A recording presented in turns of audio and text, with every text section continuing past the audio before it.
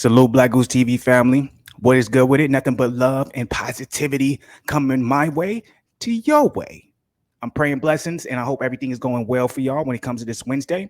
But let's go ahead and get into it. All right, we got some more boxing news and I'm going to present it to y'all because I want to know you guys' opinion on it. And quick disclaimer, we're talking about one of my favorite fighters here. So if you hear, sense just a little bit of biasness or a whole lot of biasness, don't get in the comments and try and kill me or drill me or go at me crazy.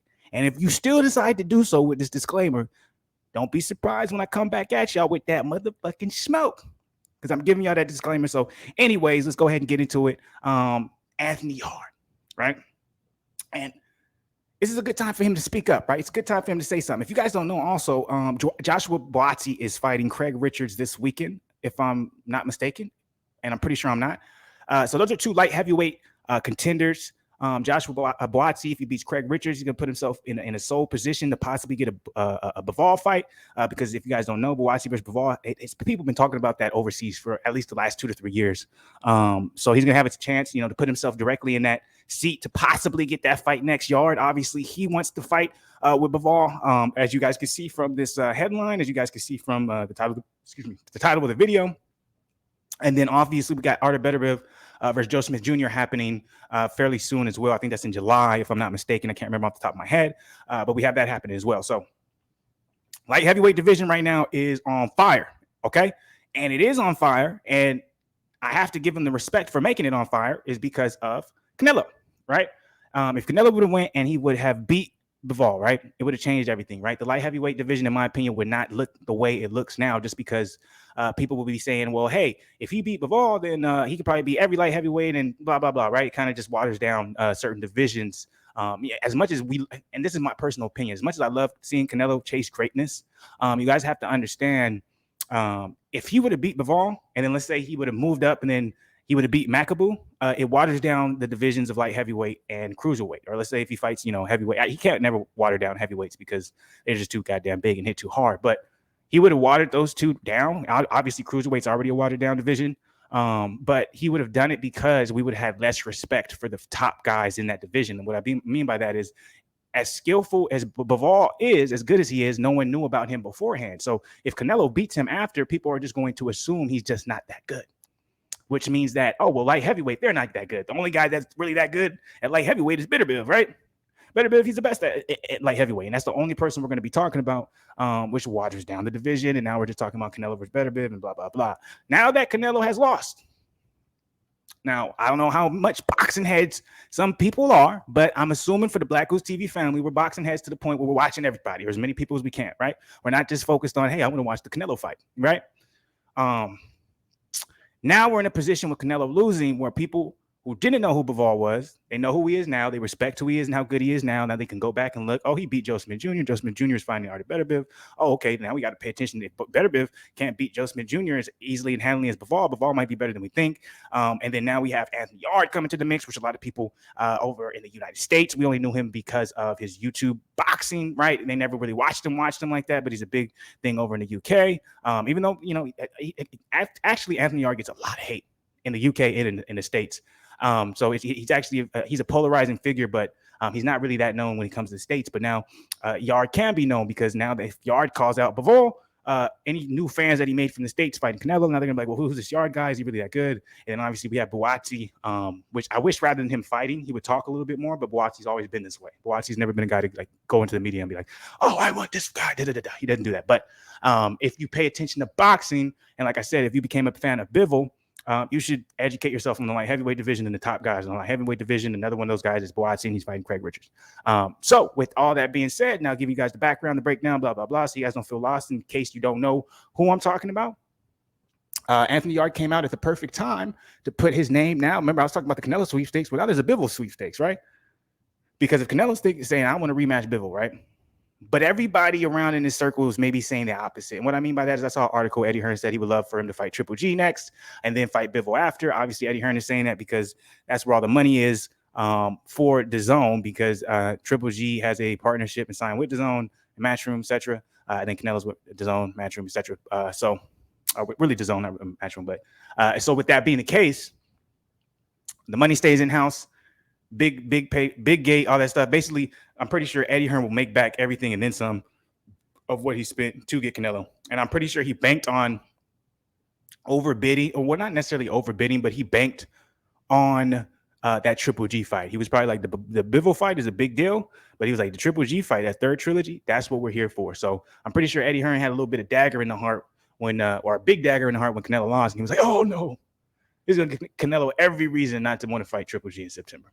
So, but we've heard Eddie Hearn say conflicting things to an extent. He said, he expects the rematch to happen September 17th. Unless Canelo says otherwise. But then Eddie Hearn, he came out recently yesterday or the day before saying he would prefer him to fight Triple G next and then Bivol after. But with that being said, Anthony Yarde is entering his name into the Bivol sweepstakes. Now, we also know we would love to see Anthony Yarde fight the Better Biv Joe Smith Jr. fight, a winner. Like the way I see it, like I want things to go back to normal to an extent. Because kind of like, okay, we're off the Canelo high now. Like now we're not in the mindset where we think he could beat anybody. Because I really thought he could. Even though I thought it was going to be a tough task for Bivol, for him to beat Bivol, I still had him. I was like, he's probably going to win.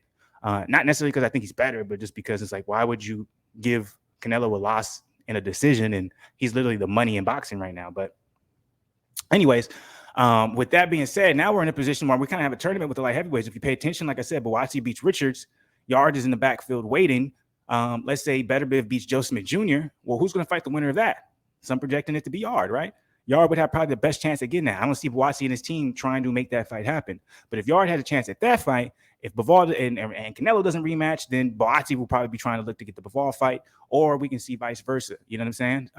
But in this particular instance, Yarde is doing his thing by calling out Bivol, which makes sense. I don't necessarily think they'll even consider him for a fight. I think he's more so. I think his next fight is the winner, Joe Smith Jr. and Better Biv. I think that's the fight that's to make for Yarde.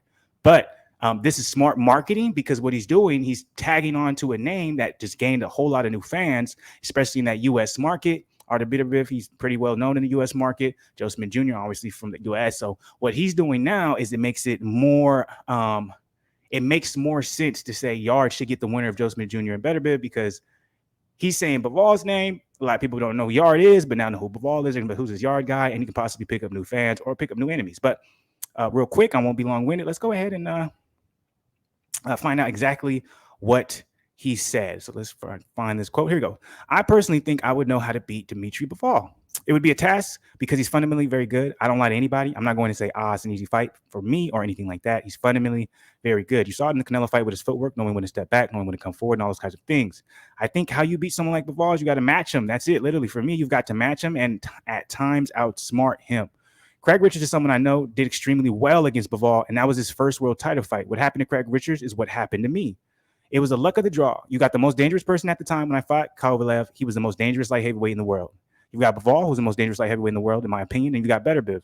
You saw how good Craig did against him, so I'll fancy my chances. We had Canelo versus Bivol. No one had Bivol winning that fight. I was one people who said I think it's a 50-50 fight just by the sheer fact that Canelo was biting off a lot by going up to light heavyweight to fight a fighter that's game, has good fundamentals, and throws a lot of punches.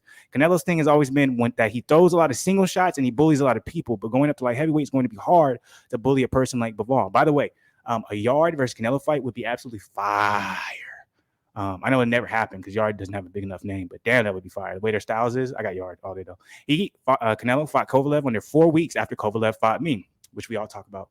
Kovalev was still complaining about headaches. I know that kind of thing after he fought me. So after that turnaround fighting someone like Canelo, you can see why he got caught. He was winning the fight. Yes, he was before he got knocked out. That showed me something. Bivol was naturally bigger than Canelo with longer arms, better reach, and he throws a lot of punches. As I said, he's got very good fundamentals with his footwork in and out and the pivots. What I noticed is that every time Canelo landed, Bivol would throw 3 or 4 punches. Whenever Canelo threw, he'd be able to double up on them every single time. That's a beautiful analysis. And if you want me to be honest, the way Yarde's fighting style is, he gives Bivol trouble. He definitely gives Bivol trouble. I just think it really just comes down to like Bivol, man. Dude, when he gets hit, it's almost like he doesn't get hit, and his defense is so fucking ridiculous. And then when you think about Better Biv gets hit, but it's like he's a tank. He just keeps walking forward. So those are the kind of things I kind of be like, Yarde, you might be biting off more than you can chew, but at the same time, I'm always going to root for Yarde. I'm always going to be in his corner. I'm always going to be like, hey, man, you got this. And if you're going into the fight with whoever it may be, I'm motherfucking putting money down on you if I still bet. I don't still bet, but I'm putting money down on you in my mind if y'all feel me, BlakGooseTV family. But with that being said, man, what do you guys think about this video? You know what I'm saying?